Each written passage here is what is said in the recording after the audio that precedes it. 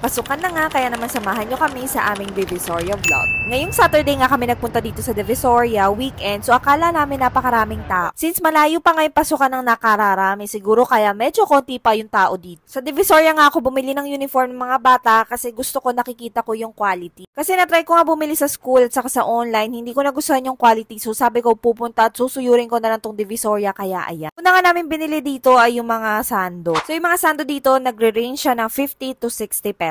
Siyempre, mas marami, mas makakamura dahil hihingi ka ng tawad, charot. So, nagtintin nga kami ng uniform dito. So, nag-canvas muna kami bago bumili. In fairness, ang ganda nga ng mga uniform na nabibili dito. So, nag-ikot-ikot nga kami dahil nagka-canvas kami kung saan medyo mura ang uniform. So, pwede naman ako mag-shopping online. Bakit dito pa ako pumunta? So, dito ko nga naisipang bumili kasi gusto kong bumili na lahat, pati ng mga school supplies nila. Napakadami nga mabibili dito, lahat-lahat na, pati mga school bag, mga underwears, at kung ano-ano pa, pati yung mga gamit sa school. So ito nga nakakita kami ng mga bag. Well, in fairness, ang gaganda ng quality ng mga bag dito. At nagre-range to, yung trolley bag ay nagre-range ng 900. Pero nag-focus muna ako sa uniform. So yung mga polo uniform, pati mga blouse, ay nagre-range siya ng 150 to 200 pesos. Depende sa size at suka dun sa tela. Mainit pero nakakatuwa mamili dito kasi actually nakikita yung mga binibenta nila. Unlike sa online minsan, napapapuntong hininga ka na lang kasi pala yung quality. Pero dito kasi worth it yung pagod mo kasi kita mo na agad. So next naman, bumili na rin ako ng mga gamit ng bata dito. So dito nga sa store na pinagpuntahan namin, lahat na nga nandito. So isang bagsakan na lang ang pagbili namin. Hindi naman nalalayo yung presyo nito sa online, pero dito, isahang seller na lang siya. Nahihirapan kasi ako sa online, minsan wala yung hinahanap ko sa maiiba na naman ng shipping. So at dahil nga magpapasukan na kailangan na underwears ng mga bata, so mga underwears dito ay 3 for 100. And again, makakatawad ka dito kung marami yung bibilin mo. Isa pa nga sa kinatuan ko dito ay itong bilihan ng mga sapatos pambata. Well, in fairness, ang gaganda ng quality nito. Leather siya for only 300 to 400 pesos. Actually, nagtingin-tingin ako sa mga SM kaya lang sobrang pricey. So, hindi naman nalalayo yung quality nito sa mga mall. Ang ganda ng pagka-leather nito, hindi mo akalaing sobrang mura lang dito. Kasi akala mo sa una mga cheap lang na sapatos pero ang gaganda ng quality. Nagsaman nga ay nagtingin-tingin kami ng mga bag dito. So, gusto ko kasi yung bag nakikita ko. Paano ba naman last year kasi bumili ako kaya lang lilembot-lembot na tatutumba? So, ito mabuti nang nakikita ko. Mura na at saka maganda pa yung quality. So, dito nga pala to sa may 168 at nagre-range siya ng 500 to 2,000 depende sa laki. And syempre, dun sa medyas dito na lang kami sa labasan bumili at napakamura dito. 20 pesos nga ang isang pares ng medyas pero medyo manipis yung medyas na tinitinda nila kumpara mo sa mga mall. Pero kere naman kasi tago naman yung medyas. So, nag-ikot-ikot pa nga kami dito sa may 168 mall and napakakaunti pa nga ng tao. So, kung ako sa inyo, pumunta na rin kayo dito. Kasi kung malapit na yung pasukan ay mas maraming tao at saka baka mas mahal pa yung mga gamit na bibilin nyo. So, maganda nga, ilista nyo na yung mga bibilin nyo para isahang bilihan nga. Pagkatapos nga nyan, umuwi na rin kami. Bali, malayo nga yung pinagparkingan namin kaya ito, nag-jeep na lang muna kami.